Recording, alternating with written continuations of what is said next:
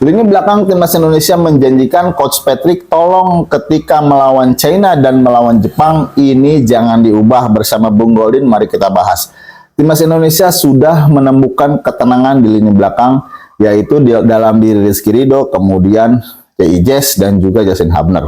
Ketiga pemain ini memiliki karakter yang berbeda tapi menjadi satu kesatuan di lini belakang timnas Indonesia sehingga menjadi kekuatan di lini belakang timnas Indonesia. Katakan saja Justin Hubner memiliki kekuatan itu dalam segi semangat, kemudian 100% di lapangan dan juga tegas dan juga lugas di lapangan. Kemudian El Capitano J.I. memiliki ketenangan, kedewasaan, skill mumpuni dan juga jiwa kepemimpinan yang bagus, makanya dia dijadikan kapten. Pun dengan Rizky Ridho tidak jauh berbeda dengan karakter dari J.I. dewasa bermain bola. Kemudian ini Rizky Ridho ini kalau untuk ukuran pemain Indonesia ya, lokal itu kedewasanya melebihi umurnya kalau menurut Bung Goldin. Umur masih 23, 24, tapi seperti pemain yang sudah memakan asam garam di dunia sepak bola. Kedewasaan tidak perlu dilakukan lagi, kepemimpinan dia kapten di Persija, ketenangan juga sudah tidak diragukan lagi. Tentu saja ini tiga pemain ini menjadi kekuatan di lini belakang timnas Indonesia. Untuk melawan China dan melawan Jepang nantinya, kalau tidak ada badai cedera yang menghantui atau menghantam ketiga pemain ini, menurut saya Coach Patrick tidak akan mengubah formasi sedemikian ekstrim. Walaupun memang kita masih memiliki pemain yang berkualitas, berpengalaman seperti Max Hilgers. Tapi Bung Goldin mendapatkan datanya Max Hilgers ini kenapa di timnas Indonesia belum tampil maksimal. Max Hilgers bermain 90 menit itu hanya pada saat melawan Bahrain di leg pertama. Kemudian tidak bermain melawan China, dia bermain setengah babak, kemudian mengalami cedera.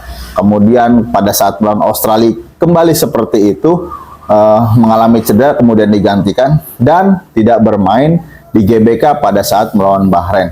Tentu saja dengan kondisi ini nantinya Max menurut Bung Goldin itu akan kesulitan menembus skuad utama yang sudah dipasang oleh Patrick Kluivert pada saat melawan Bahrain.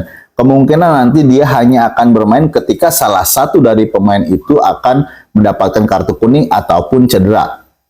Sangat disayangkan ya, tapi menurut Bung Goldin itu tidak masalah untuk Max Hilgers. Kalau misalkan dia bisa konsisten lagi bermain di timnas Indonesia reguler atau tidak mengalami cedera, mungkin dia bisa mendapatkan salah satu posisi di lini belakang timnas Indonesia. Tapi yang jadi masalah adalah apakah chemistry dia dengan Rizky Ridho ataupun dengan J.I. akan begitu ngeblendnya, itu yang masih menjadi pertanyaan. Karena ketiga pemain di belakang Justin Hubner, kemudian J dan juga Rizky Ridho sudah menunjukkan kualitas dan kapasitasnya. Contoh pada saat melawan Arab Saudi ketiga pemain ini clean sheet, kemudian pada saat melawan Bahrain kembali clean sheet. Tentu saja ini sangat dibutuhkan nantinya kekuatan tiga pemain ini pada saat nanti timnas Indonesia menjamu China di GBK pun pada saat Indonesia tandang melawan Jepang, karena targetnya adalah 3 poin melawan China dan juga minimal melawan Jepang itu bermain imbang.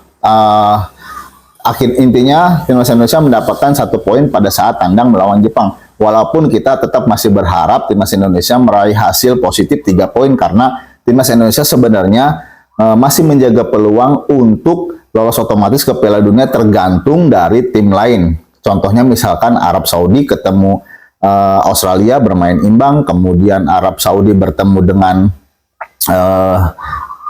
Bahrain bertemu imbang juga, kemudian Cina bisa dikalahkan oleh Bahrain ataupun imbang lebih bagus, itu akan menjadi peluang besar timnas Indonesia untuk lolos otomatis ke Piala Dunia. Tapi menurut Bung Goldin, untuk lolos otomatis ke Piala Dunia melalui jalur menjadi runner up di kualifikasi Piala Dunia grup C ini itu hanya sekitar 10%-an saja.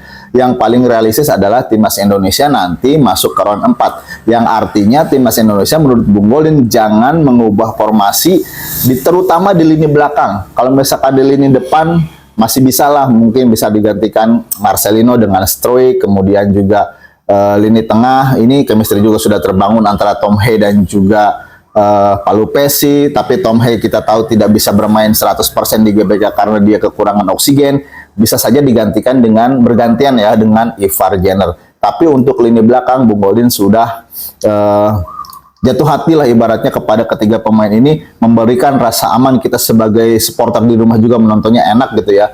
Kalau misalkan diganti lagi, walaupun Mes punya CV yang bagus, punya harga pasar yang bagus, tapi kalau chemistry tidak terbangun dengan baik dengan ketiga pemain ini, saya rasa sangat riskan untuk memasukkan Mes ke dalam skuad atau starting 11 pada saat nanti melawan China dan juga melawan Jepang.